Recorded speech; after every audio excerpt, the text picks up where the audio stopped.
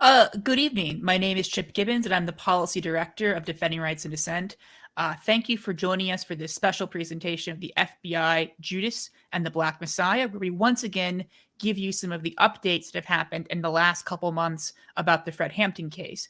We previously discussed the Fred Hampton case with Fred Hampton's former attorneys, Flint Taylor and Jeffrey Haas, in an event called Fred Hampton, The Fight for Truth, which you can find on YouTube, on our webpage, or on the page for truthout.org. But tonight, I'm talking to a longtime friend of ours, Aaron Leonard, who's joined us in the past. I know we said Conor Gallagher would also be joining us, but he was unable to do so. But I'm very excited to have Aaron back. Aaron, as some of you know, is a journalist and historian. His work has been featured in Truthout and Jacobin. He is also the author of 3 books. I have all 3. Heavy Radicals, the FBI's Secret War on American Maoists, A Threat of the First Magnitude, which we're going to discuss more, and the Folk Singers and the Bureau, which Aaron joined us for a special event where we talked just about that book, which you can also find on YouTube, along with our previous Fred Hampton event. Aaron, thank you so much for joining us tonight. Oh, yeah, glad to be here. Yeah, apologies for Conor. It's there's an outside chance he might join us. He's teleporting from China. I know he's had communication problems in the past, and it might be unavoidable. But I think we'll do well here, despite his absence, I'm afraid. If he had joined us, that would be another feather in our cap, since we've now would have had webinars with people from the United Kingdom, Italy, and Mountain Time, which of all those was the most difficult to schedule around other people's schedules. I'm still not quite sure what Mountain Time is. I know I'm joking. I know what it is. So, Aaron, let's start with some of the big picture questions. Fred Hampton, there's obviously renewed interest in, not only because of your findings, but also because of the major Hollywood film Judas and the Black Messiah. So people are talking more about the assassination of Fred Hampton, as well as the FBI's counterintelligence program, or COINTELPRO. So why don't we start by going into what exactly was COINTELPRO? Yeah, well, COINTELPRO was it stands for Counterintelligence Program. It was an initiative launched by the FBI in the mid-50s aimed at the Communist Party. The FBI really wanted to rein in, if not absolutely destroy, the Communist Party. They were instrumental in building these voluminous files.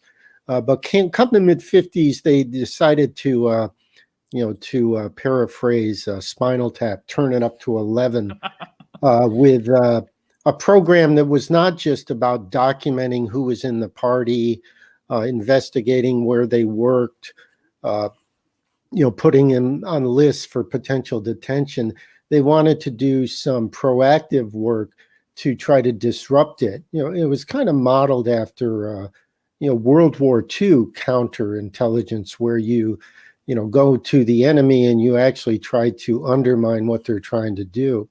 So, they developed this against the Communist Party. They would send letters saying, telling this communist that another communist was an informant, and that way, creating disruption, different things like that. It was successful. It was cost effective. It didn't require, a lot of manpower to, write letters or plant rumors, or, send the media various materials that would come across as incendiary. So as the 60s got going, the 60s was a whole different animal for the FBI and political intelligence in general. And they expanded the program. They expanded it against, the Martin Luther King's organization, Martin Luther King himself, the SCLC, the Student Nonviolent Coordinating Committee. And then when the Black Panthers really got up to speed circa 1968, they launched a program called COINTELPRO Black Hate, which included the Black Panthers and the Nation of Islam. And, they did some really, devious stuff, sending letters to this one and that one claiming so-and-so was having an affair, or, this person or that person was an informer, or this person or that person, had, issues with violence, et cetera, et cetera. I mean, I'm offering vague examples. There's very specific examples in terms of Fred Hampton and the Chicago Black Panther Party. It was a pretty successful program. I mean, there was in any kind of thing like that, there's a lot more misses than hits. But when it hit, it was very good. So the thing with Fred Hampton is, Conor and my research recently, I mean, we've kind of looked at it anew. I know I knew about it because, when these revelations were coming out in the mid to late 70s, I was watching it. So I had some sense of what was going on. But looking at it anew and including getting a hold of some files that I don't think have been seen, you get a much more comprehensive picture of what was being leveled at the Illinois Black Panther Party and the Chicago Black Panthers specifically, and it's telling. So I guess that's an overview, and we can probably, as we go on, talk more. I mean, you mentioned World War II, and the Church Committee in its report on COINTELPRO literally described it as being the techniques of wartime being brought home to be used against domestic groups. They also called it a domestic covert action. So it really is a sort of wartime methodology that was used against groups whose politics the FBI disfavored. And, the tactics ranged from the absurd. There was one file I pulled up recently that was a crossover of the Communist Party COINTELPRO and the Socialist Workers Party COINTELPRO, where they got leaflets from the Socialist Workers Party that had a form to sign up for more information, and signed up the names of known communists for that information, which, it's like a dumb prank almost. But other of it was really like diabolical, right? Like trying to incite violence between the mafia and the Communist Party. And this stuff we're going to talk about tonight with the Black Panther Party, which I would note the Church Committee found to be the most vicious and violent of any of the FBI COINTELPRO programs. Before we go to your findings, though, you also mentioned that in one of your articles for Jacobin, that COINTELPRO was just one tool in the FBI's toolkit to repress radicalism. What were some of the other tools? I think the heart and soul of a lot of the FBI's work from World War II up until the very early 1970s was its security index. It started out as a custodial detention index. It was initiated by, the uber liberal Franklin Delano Roosevelt. He tasked the FBI with coming up with a list of Nazis and communists to be put in detention centers in the event of a national emergency, similar to what was done to the Japanese. The custodial index never went away. When the second Red Scare got going hot and heavy in the early 50s, it was expanded. It was renamed the Security Index, and every communist that Hoover and his organization could identify were put on the list. There were tens of thousands of communists. And, the security index required it. It was very labor intensive. If you were on the security index every 6 months, the FBI had to verify where you lived and where you worked. So if the order came down, they could pick you up.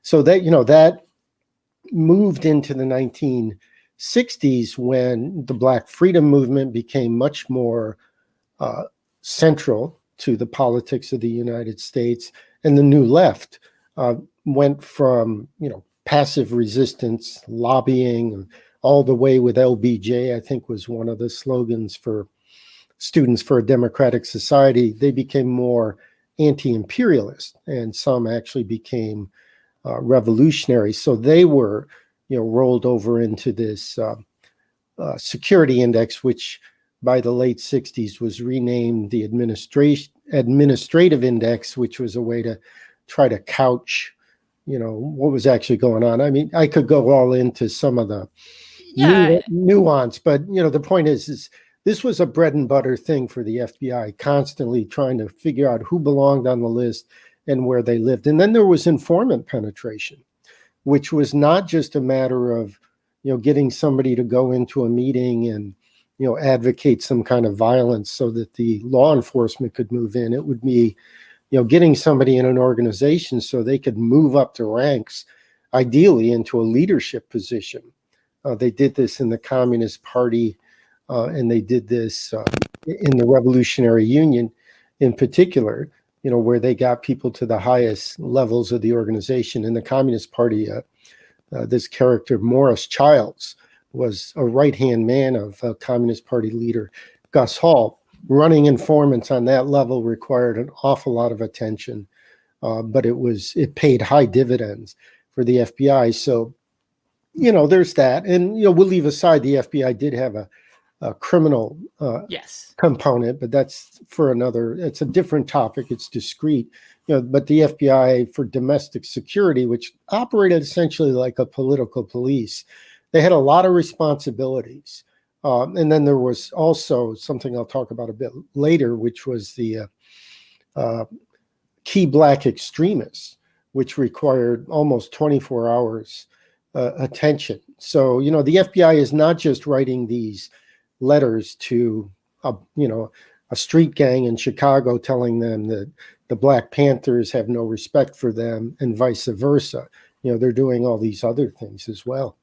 Yeah, and part of the reason why they kept changing the name of the index was to avoid any type of oversight, right? When the Attorney General Francis Biddle learns of the custodial detention index, he tells Hoover he has to get rid of it. It's not based in law. So Hoover just changes the name to the security index. When Congress passes the Congressional Non-Detention Act, because of dumb statements that members of HUAC had made discussing the idea of putting in internment camps Black militants, basically, even Nixon at this point is like, no, this has gone too far. And they put through the Congressional Non-Detention Act, and then the FBI changes the name again. Eventually, they're forced to destroy it completely. But it's this sort of constant thwarting of oversight by keep doing the same thing you're told not to and changing the name of it, which is sort of the history of the FBI in some respects. There's another player in the Fred Hampton, Illinois Black Panther Party story, one that doesn't always get as much attention in some of the treatments of this, certainly not in the Judas and the Black Messiah movie, and that is the Chicago Police Red Squad, who you've written about in your two Jacobin pieces on Hampton. Could you give us a brief overview of who they were, what a Red Squad was, and what they have to do with Fred Hampton? Yeah, well, in general, the Fred Hampton thing, I think needs to be understood as the Chicago Police Department and the FBI worked hand in hand to target the Illinois Black Panther Party. Most big city police departments, and you could read Frank Donner's seminal work on Protectors of the Privileged, it was written 35 years ago, documents most major big city red squads, what they did in this period. It's really a helpful resource, kind of a gift he left us. He's long gone now, but Chicago had a big red squad. It's kind of evolved out of, the upsurges after the Bolshevik Revolution, into the influence of the Communist Party in the 30s and 40s. They also had a gang intelligence unit, which kind of had similar doctrines, because they're trying to target these organizations that they perceive as being illegal. They're trying to compile lists of who the members are, and they're doing operations to arrest them and to undermine them. The Chicago Red Squad, their files, a lot of them were destroyed. Conor actually was able to go to Chicago. Some of the records are held in, I believe it's a library there, and you can read them, but you can't really reference them too much. But they like to go to every demonstration that happened and take a picture of everyone who was there. So you have picture after picture of people. But, they also have an on-the-ground sense of who's in a group, who's around a group. And in Chicago, it appears that the FBI and the CPD played together well. I know from research I did some years ago that was similar to the New York FBI and the Bureau of Special Investigations. Thank you. Yeah, Bossy. Yeah, they worked together well. They helped build this, fabricated case against the Panther 21. Philadelphia, people who are students of the Mumia Abu-Jamal case, it was cutting edge what the Philadelphia police and the FBI did in terms of undermining the Panthers in that city and going against the New Left and working in a very coordinated way. So this was happening in Chicago as well. So, when you're looking at Fred Hampton, look, the film focuses on a certain thing. I mean, what I like to say about the film is it's a film. It's got some power. I think the thrust of the statement is a good statement. It's got tremendous acting, and it's and it opens up a conversation. But I would suggest that don't view it as history. I mean, yeah, some of it's factual, or similarly the film on the Chicago 8, Chicago 7 that runs on Netflix. Sacha Baron Cohen is Abby Hoffman. Entertaining film, but it's not history. These are different things. So I would really encourage anyone watching now, if they want to know about Fred Hampton, definitely go see that movie. But you should not stop there. If you want to understand some of the highly significant nuance about what was going on, you're not going to find it in that film. It's it's art and it's drama and it's trying to do something different. It's not sending you to school. I mean, those make for pretty bad movies, actually. Yeah. I mean, and I've been quite positive about the film. I mean, in my opinion, for a mainstream Hollywood film, the way it portrays the Panthers' politics, it doesn't sort of hide the ball that they are both revolutionaries and socialists, and the way it paints the FBI as sort of engaged in this sort of malicious political behavior, especially when Hollywood was so central to whitewashing the FBI with all of these movies they used to put out in the 30s and 40s, like the Jimmy Stewart movie, and then I Was a Communist for the FBI. It is a big departure to the way we've seen both the FBI and the Black Panthers portrayed in mainstream media in the past. So I think it's a pretty significant turning point, and I think it is worth watching. Before we were live, you and I were chit-chatting in, I guess, the virtual green room, and you were mentioning how you didn't initially intend to be writing about Fred Hampton, and you came across these sorts of documents that have caused all this uproar by accident. Could you explain to us quite how you came to be in the situation you're now, and what exactly are these documents that you found? Yeah, I feel a little like Michael Corleone in Godfather 3, right? Every time I'm out, they drag me back in. So, because my current book is on the folk singers in the Bureau, writing about Woody Guthrie and Pete Seeger, and I'm working on a book on, music in the 60s. But I understand a lot about radicalism in the long 60s. I had entertained doing a project after concluding my first book, which was about America's Maoists, that was going to focus on Chicago in 1969. And, somebody should write a book about Chicago in 1969. There's so much going on. But one of the things I did is I asked for I wanted to try to find out more about the killing of Fred Hampton. And I kind of learned with the FBI, if you ask for the centerpiece, Fred Hampton's file, usually you don't get the stuff. It's so big and so long or so in need of being going through and redacted that, you end up years and years and maybe never getting it. So I did what I thought was reasonable, which was I asked for the file of the special agent who I knew had handled their key informer. Their key informer was this African-American man, William O'Neill. He's the Judas in Judas and Black Messiah. His handler was Roy Martin Mitchell. So, 5 years ago, I asked for Roy Martin Mitchell's file. I forgot about it. There's several files I think have kind of left my consciousness. But, this December 4th, the 51st anniversary of the murder of Fred Hampton, I go to my mailbox here in sunny California, and there's a nice brown hardback envelope with a compact disc, which is this file of S.A. Roy Martin Mitchell.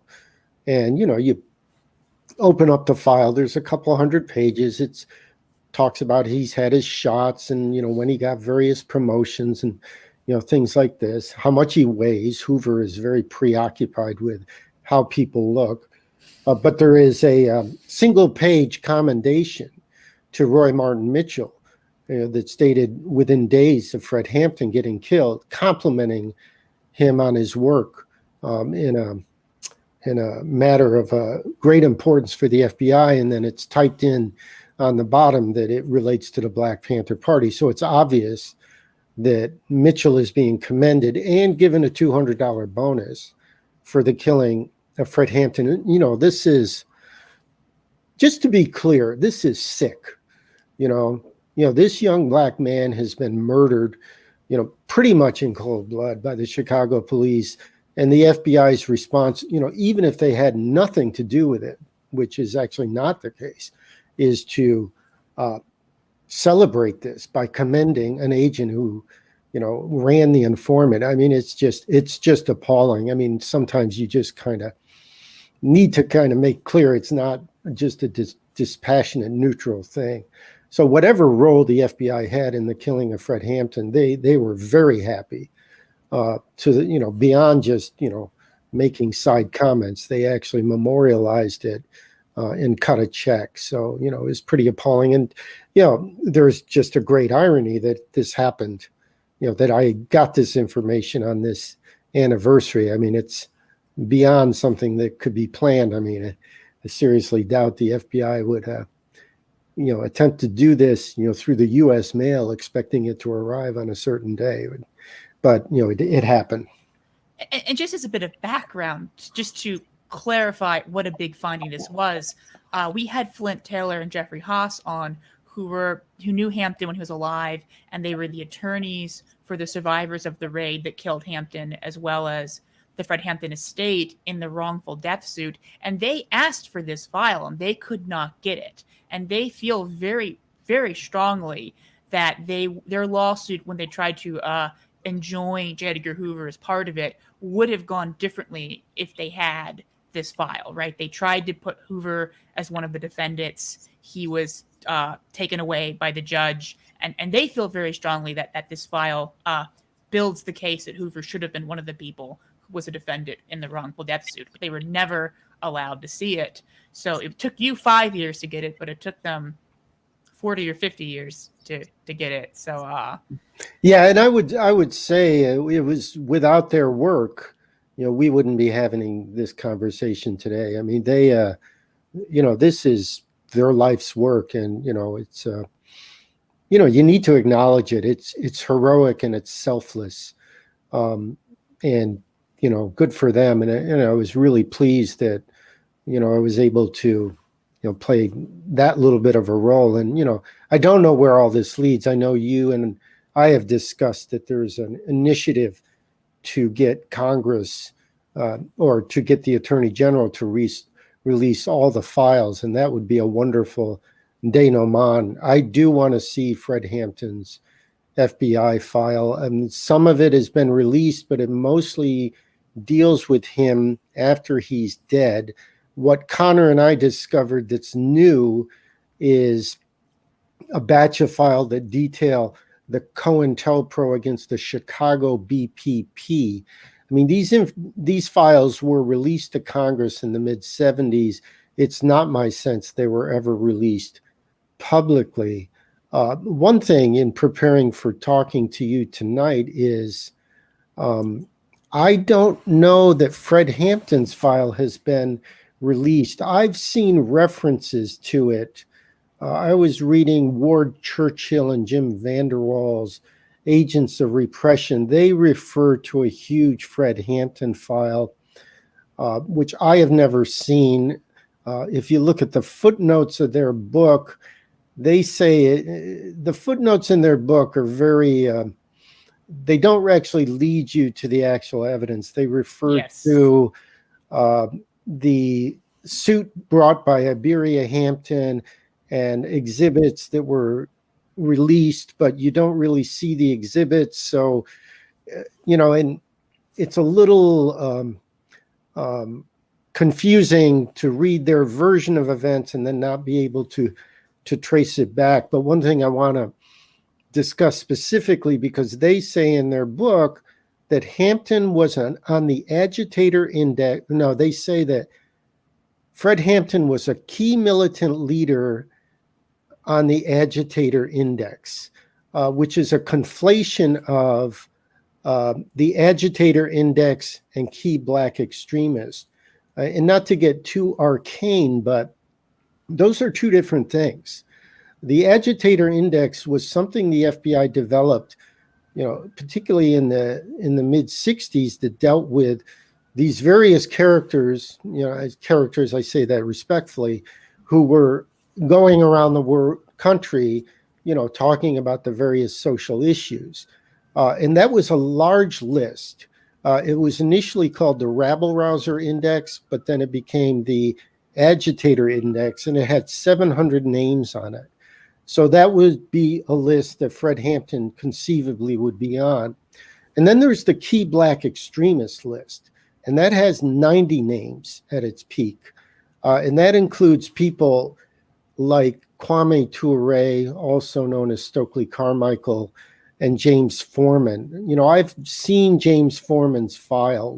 I actually did an article in Truth Out about him. If you are a key black extremist, the FBI does not want you left out of their sights.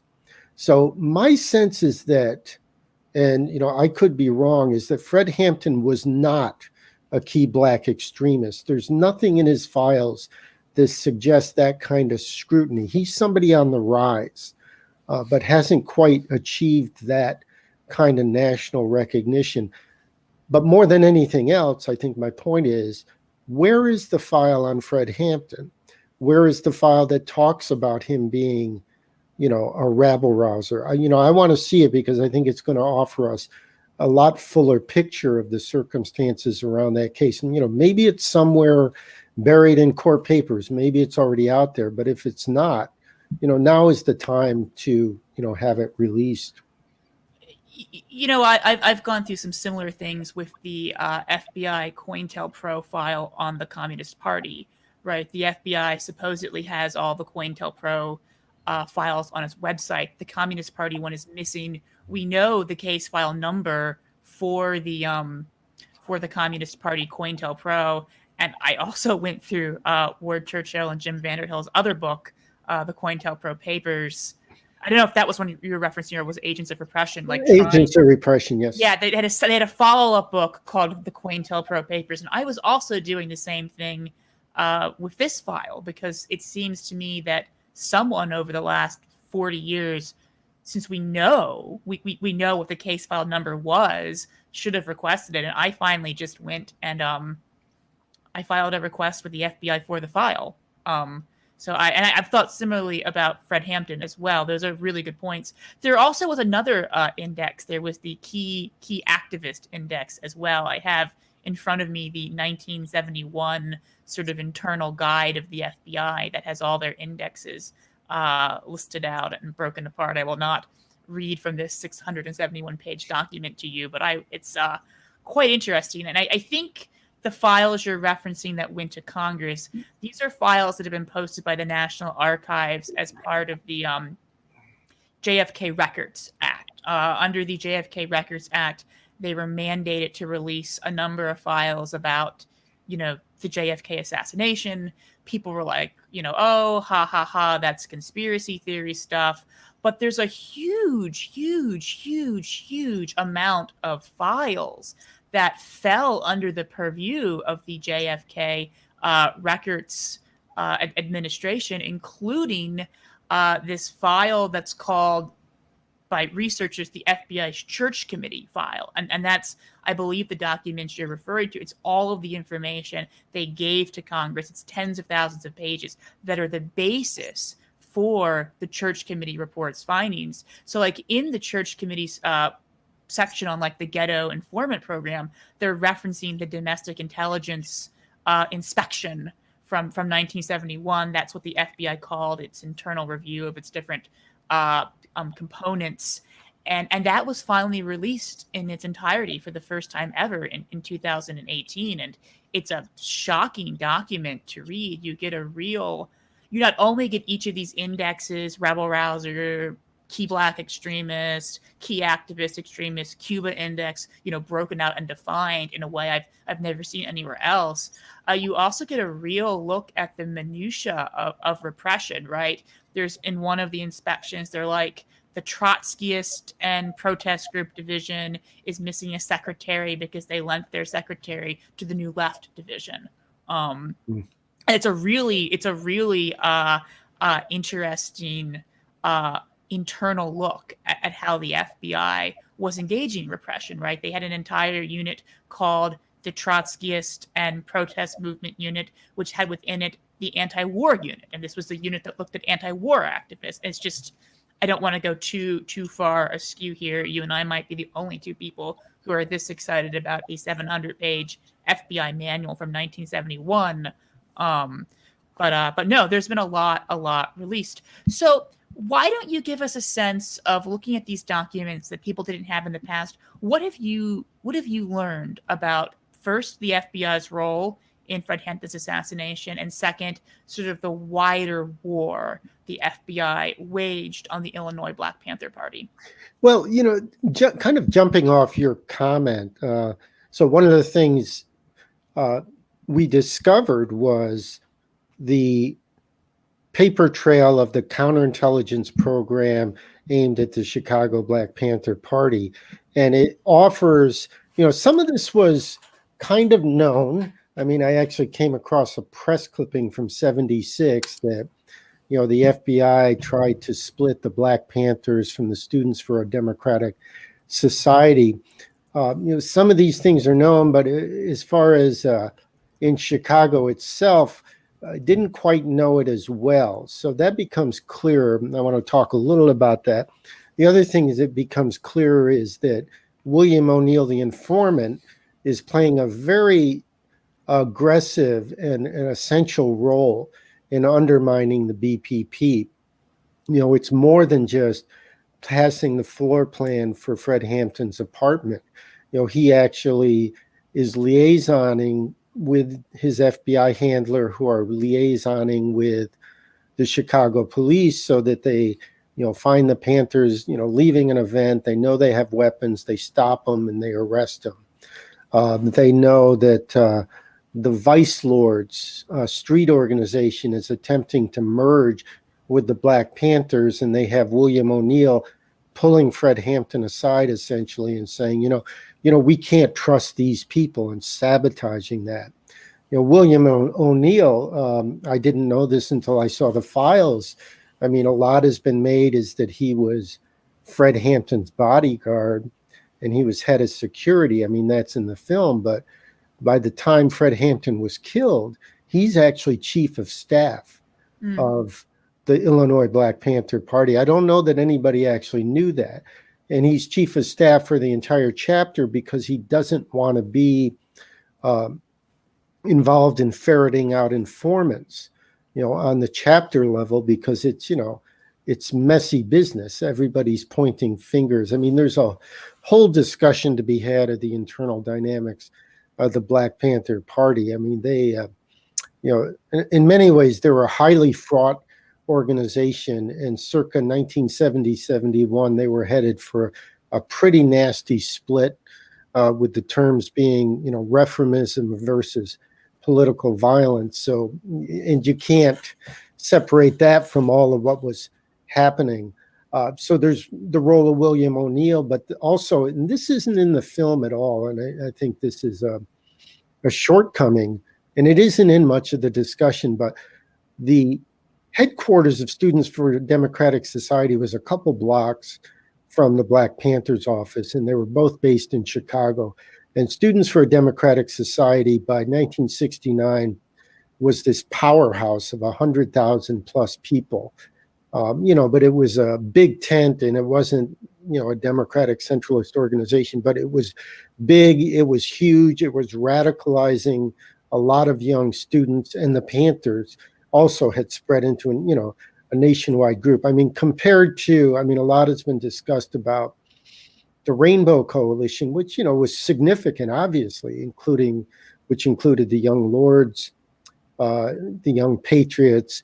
But these were much smaller organizations than SDS and the BPP. And the FBI was very keen to make sure that the relationship between those two groups, failed.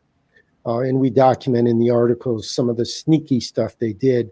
But I suspect through their informants, they did a lot more. Could you tell us what we do know about this sort of fracturing of the SDS Black Panther relationship? Yeah, well, they constructed this COINTELPRO to say, well, let's do a thing where we try to say that the white SDS is taking advantage of the revolutionary street credibility of the Black Panthers.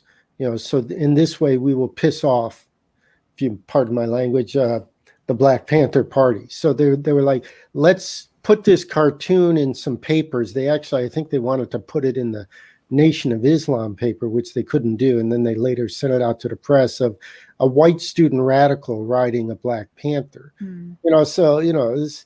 This is not going to happen. The Black Panthers, a lot of their base is from the street, and there is a street credibility issue. I mean, there was actually an incident where the Black Panthers went into SDS headquarters and said, you guys have to print something for us. And SDS says, well, we can't. We don't have any money. And the Panthers actually beat them up. I mean, this is documented from Jeremy Varon's book. I mean, look, it's kind of tough to hear, but, I do get a little bit, things happen the way they do. You don't sugarcoat things. Things can be a little bit tough, and these are real contradictions. And, to the degree you understand things as they actually happen, you can kind of sort things and hopefully do better. But, this was part of the FBI trying to split these two groups apart. As it was, SDS collapsed pretty much in June 1969, and then the BPP, they lost, their rising star in December. The FBI definitely played a role in all those things happening. I mean, I think at the end of the day, these groups themselves, it was, who are we going to be? How are we going to operate? It has more to do with whether or not they're going to be successful. And that includes how are we going to address this alien force of the FBI that wants to destroy us. I mean, I guess I'm pretty convinced that's how one needs to look at it. Otherwise, it says, well, the FBI can do whatever they want and we'll never get anywhere. And I just don't really think that's true. I mean, the FBI is not omnipotent. That's some of the SDS, yeah. So what were some of the other groups that the FBI tried to splinter the Black Panthers from? You have a whole article going through several of them. Yeah, well, they did two efforts against the Black Keystone Nation, which was a formidable street organization in Chicago. They wrote letters back and forth to the leaders.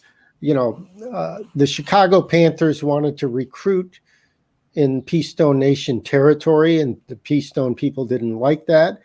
And, it almost came to blows. And the FBI, unhelpfully sent letters to the leader of the Keystone, Jeff Fort, saying, Fred Hampton or the Black Panthers have a hit out on you. Now, fortunately, the group didn't take the bait. But there was a second attempt. We document, again, another foray to try to get unity between the groups in 1970 after Fred Hampton was dead. And again, it was the FBI did a COINTELPRO letter to try to stop it. I see your viewers may not see this, but there's a notation that Conor is in the room. Is it possible to kind of welcome him in? And Conor, are you joining us from Shanghai? Yeah, sorry, so technical problem here. Hey, Conor, we're so happy to have you. We were just talking about your work in your absence. We were saying nothing mean, don't worry. We were just, I believe, discussing the various attempts of the FBI to splinter the Black Panthers from other groups in the Chicago area. We had discussed SDS. We had discussed the Keystone Nation. We had not gotten to the Nation of Islam yet, though. I think that's where we are, right, Aaron? Yeah, and I guess the one thing is, Conor, I don't know if, because he had asked about the Chicago intelligence files, and I know in the past you've had some insight of how local Red Squads are compared to the FBI itself. I don't know if you want to elaborate more on it. I don't think I went all that far into it. Oh yeah, so in terms of those Chicago, we'll call the Red Squad files, in comparison with the FBI files, they're far less sophisticated. They're really a lot of showing up to protests, taking a lot of photos, getting people's basic information where they work, but it's not the level of sophistication that we see in these FBI files, right? It's not the thing of like, where do people fall out on certain positions? Where might there be places to push on weaknesses, and create splits and divisions? It's really just a very basic, by the numbers, more or less factual list of information with photos, height, age, possibly what school they attended. And what we see with the FBI files is something much more of actually where is there the room to actually maneuver, and where can we actually create tensions, right?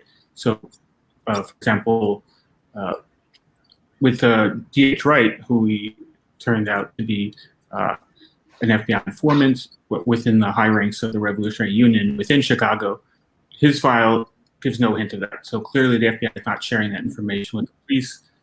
We know obviously from the Fred Hampton murder, the FBI does share information with the Chicago police. It doesn't involve sharing who the informants are or much of that stuff. What they do tend to share is when they find out there's a possibilities of illegality. So for example, if they find out that someone has even legal weapons, but they haven't registered them with the state, then they might tip off the local police that here's someone you might want to look into. And then hopefully that's someone that maybe you can squeeze or flip based on if they feel squeamish about once they're arrested. That's fascinating. That's fascinating. So do you want to talk a little bit about the Nation of Islam, since they're also based in Chicago, and what the FBI did there? Or do you want to move on to the informant question, Aaron? Well, just briefly on the NOI, is one, I mean, seems like the fundamental thing is a lot of emphasis has been put on the COINTELPRO instructive to stop the rise of a Black Messiah. But there's actually 5 criteria the FBI is trying to do. And it seems like what we found the most of was an attempt to break unity among organizations, to set groups against each other. And, I just talked some about the SDS and the BPP, but the Nation of Islam is headquartered in Chicago. Nation of Islam is pretty extensive, chapters, mosques throughout the country, and it has been subject of FBI attention for a great deal of time. It's a target in its own right. Hoover does not like it. Whether or not Hoover is a racist, I mean, it's, it kind of seems like he is, right? A little bit of understatement there. But he is vehement about attacking a group like the Nation of Islam, much in the way he is with the Black Panthers, and the notion that they would ever have any kind of pox is anathema to him. So he actually concocts a scheme of putting some of these anti-BPP cartoons into the Nation of Islam paper. It turns out they want to leverage a source they have to do this. The source is not a member of the NOI, so I'm not quite sure who it is, but they decide it's in their best interest not to push it because they don't want to blow this source. And then a little bit later, it's very instructive. They come to the conclusion, because, the Black Panthers are reading Frantz Fanon and they're reading Mao Zedong, and they're thinking about communism and socialism. The Nation of Islam are thinking about Black capitalism, and they're, forcefully pushing Black capitalism. So the FBI I mean, they don't use that language, but they say, it seems like relations between the Chicago Panthers and the NOI are bad enough. We don't really have to do anything, because if we do something and we get busted, it's going to be embarrassing.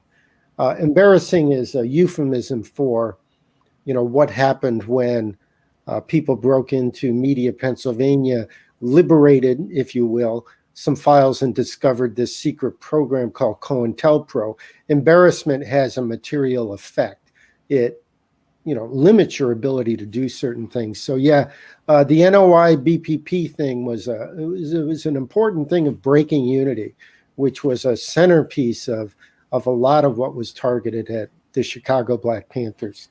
And I believe around this time period in '69, Hoover is enduring one of the only scandals of his career, where it came out that the FBI had wiretapped Martin Luther King, or had spied on him. And Ramsey Clark, the former attorney general at this point, fairly recently, actually comes out publicly and says Hoover should resign for the good of the Bureau based on what he did to Martin Luther King Jr. This is 68, 69. And I don't think you can understate the impact of that. I mean, Ramsey Clark had many flaws as a person. He prosecuted the Boston Five while refusing to prosecute Stokely Carmichael. So that's sort of a story in its own self. But he is considered one of the only officials to ever stand up to J. Edgar Hoover, both in terms of rejecting his wiretap request for Stokely Carmichael, both in terms of rejecting the request to wiretap King, which Robert F. Kennedy had given Hoover permission to do. And then in '69, when it comes out what Hoover had done to King, or a little bit had come out, Ramsey Clark is in the New York Times saying, I think J. Edgar Hoover should resign for his own good and for the good of the Bureau, Hoover was one of the most popular figures in the country. No one in official power dared to say a negative thing about Hoover. So having Ramsey Clark out there saying this was a huge deal. So I do wonder if that's the type of embarrassment that they're thinking about here, since this is a few years before Media, Pennsylvania. But no, it's interesting you mentioned the desire to prevent unity, because you wrote a book about the FBI's war on Maoists, and one of the themes of that book was how much they wanted to prevent these different sort of groups, we won't go through who they are, from uniting as well. So it seems like there's a lot of themes here in how the FBI comports itself.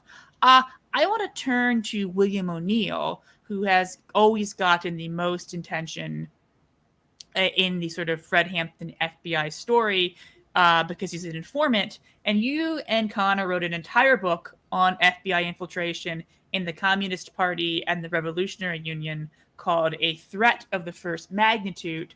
How did looking at this files, what did you sort of learn about O'Neill as an informant that sort of either reinforced or contradicted your larger understanding of how FBI infiltration and informants work? I'll let Conor jump on that if he's game. Well, I'm going back to looking at the Red Squad files versus the FBI files. I think most people, when they start out on the left, I can put myself in this category, have this idea of we're smarter than them, we're more sophisticated than them. Oh, we can spot them in a demo, piece of cake. How seriously do we have to take them? And what you realize is they were incredibly sophisticated. This especially was the case when we discovered the ad hoc committee, which essentially was a creation also out of Chicago, where the FBI essentially created a fake communist organization. Now, the reason they essentially created a group that was pro-Maoist.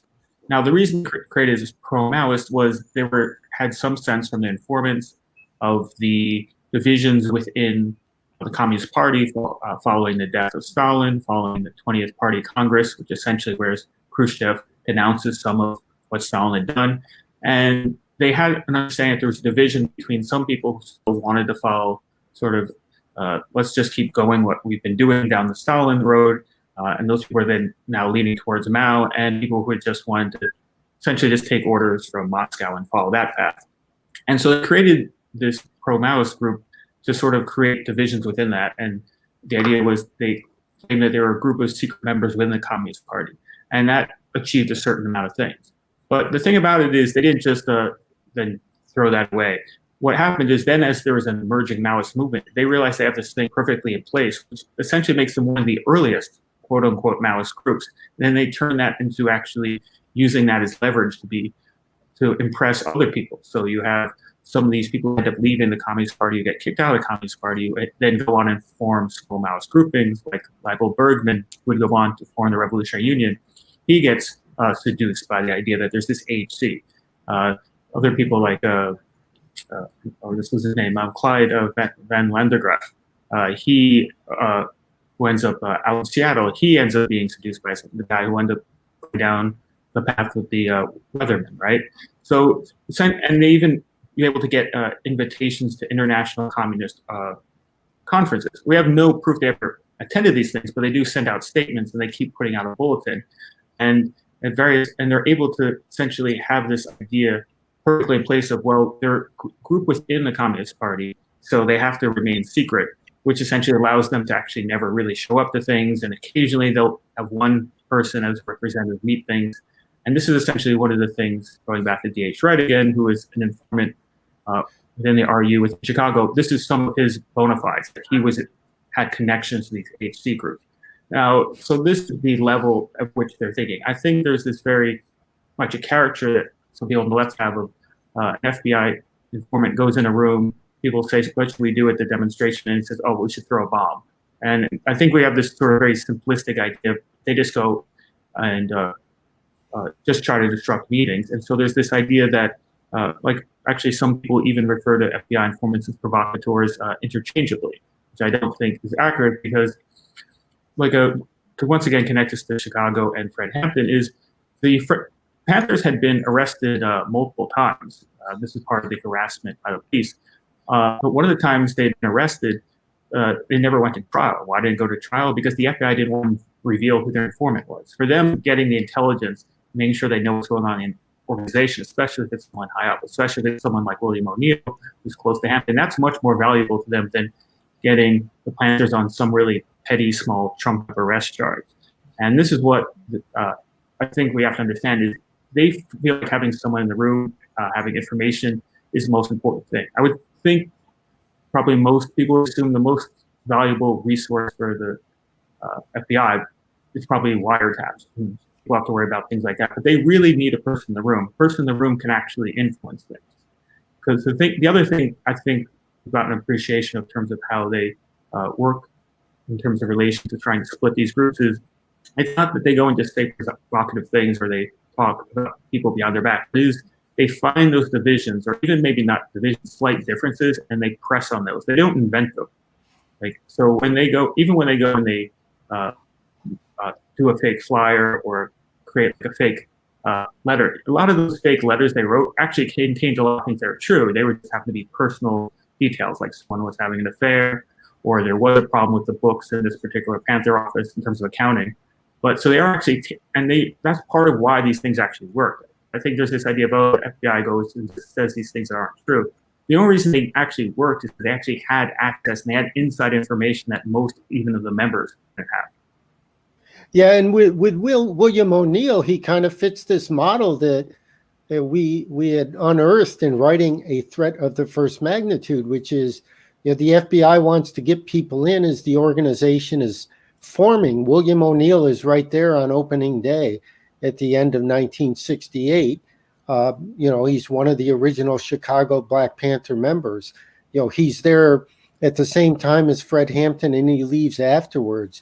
You know, I got a second batch of documents on Roy Mitchell that came about a month or so after the original one, and it includes this memo. It's a funny memo. It's a congratulations letter, and it's addressed to Marlon Johnson, who's the boss of the Chicago FBI, and it's very vague, you know, as far as who he's addressing it to. But it's like, it's from Hoover, and it's telling Johnson, you know, just your office did a great job in helping us catch Angela Davis.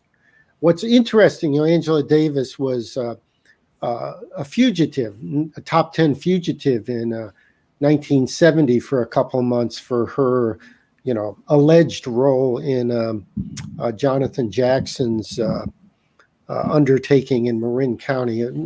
A narrative for a different time, but the FBI is all out trying to find Angela Davis. They find her, and Davis is actually arrested at a Howard Johnson in New York, and it's not clear to me how they knew she was there. She's coming back from being out eating with her partner, and the FBI is right there busting her. So this memo says, good job in helping us get Angela Davis. What's revealing is at the top in handwritten letters is Roy Martin Mitchell, which means the FBI wants to make sure Roy Martin Mitchell gets a pat on the back for catching Angela Davis. Well, what do we know about Mitchell? Mitchell is the guy who knows what William O'Neill is doing. So that suggests William O'Neill may have had something to do.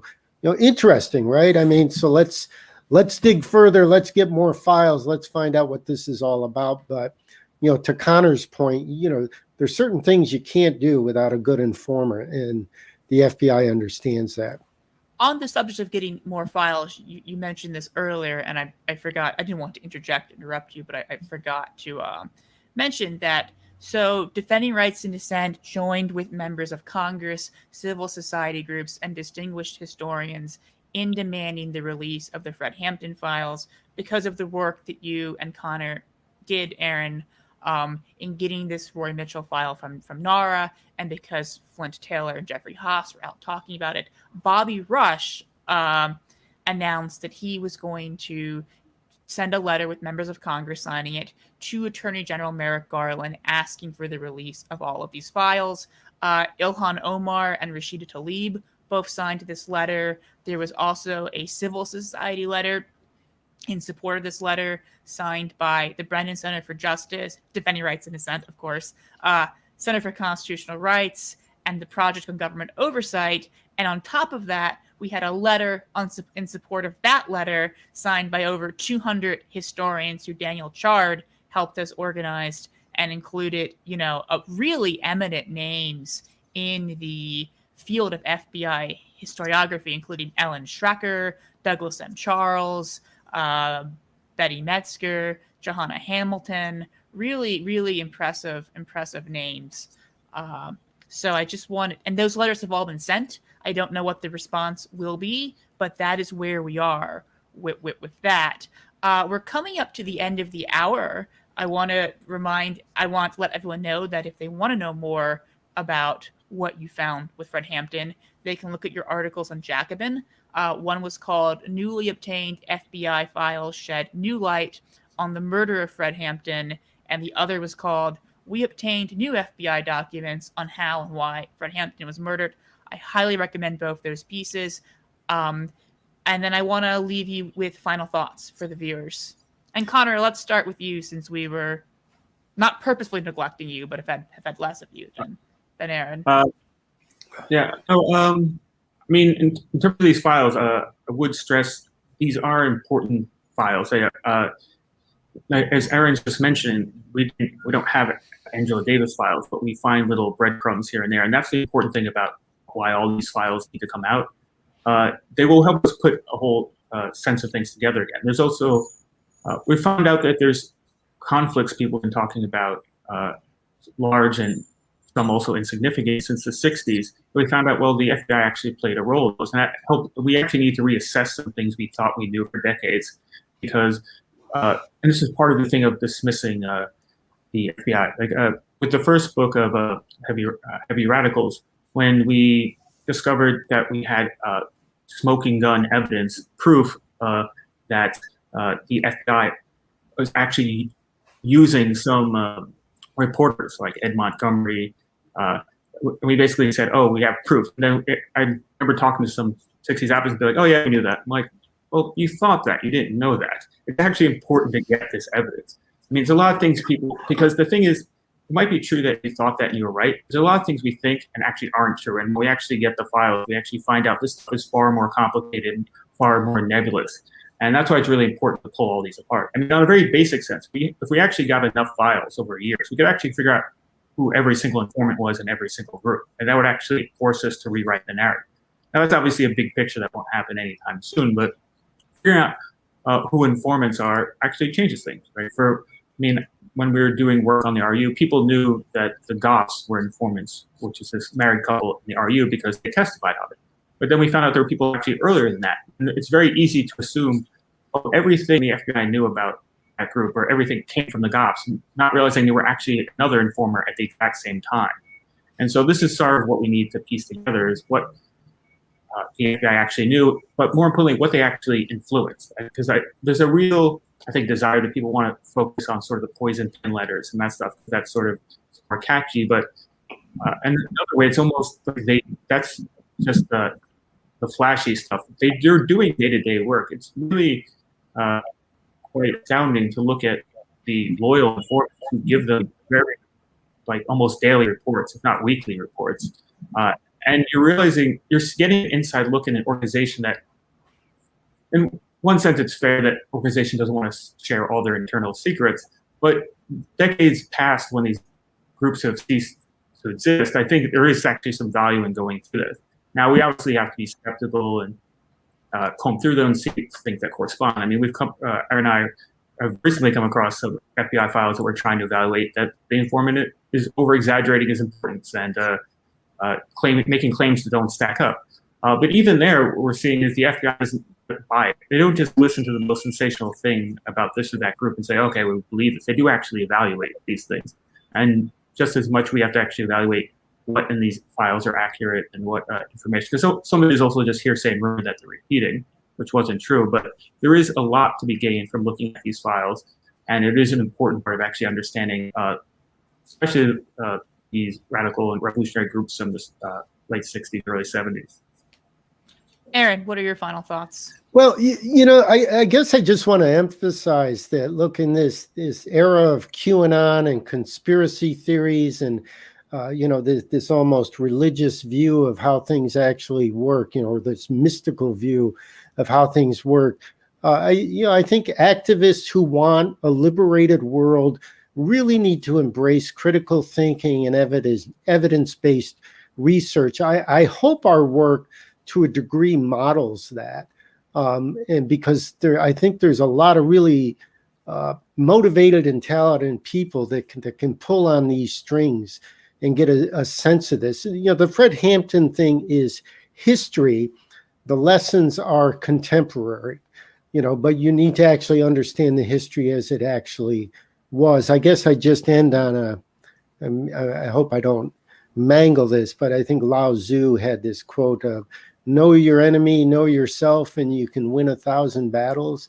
I mean, for people who are engaged in, protected legal activity to try to, create a much better world, I think, that's something to embrace. It's really worth understanding this stuff deeply and well. Well, I would certainly say that I do think you're engaged in evidence-based research as someone who reads a lot of books on the FBI, some produced by the left. I'm not going to name names and disparage anyone. Not all of them are of high quality or of high research. And I've always appreciated the way that you and Conor have sort of approached this very rigorously, very meticulously, from your assertion that, it's not all COINTELPRO, it's not all this, and to really sort of follow the documents and try to sort of suss out how the FBI actually functions. I think your books have been extremely, extremely helpful and important in that sense. And I've been doing the Vanna White thing all night and holding them up as you've mentioned one of them. Perhaps in my next job will be on Wheel of Fortune. I mean, they're great books. I recommend them. I also suggest people go to Jacobin and look up your 2 articles on Fred Hampton. Finally, I will end with a request that people support the work of Defending Rights and Dissent. You can find us online at rightsandDissent.org. We brought you this program. We brought you the Fred Hampton Fight for Truth with Flint Taylor and Jeffrey Haas. We brought you the Still Spying podcast, which is a whole limited podcast series about all of the FBI's evil deeds. We brought you another event earlier, I guess last year now. My quarantine time is completely blown with Aaron about the folk singers. And, Conor was mentioning the need to get all of these documents.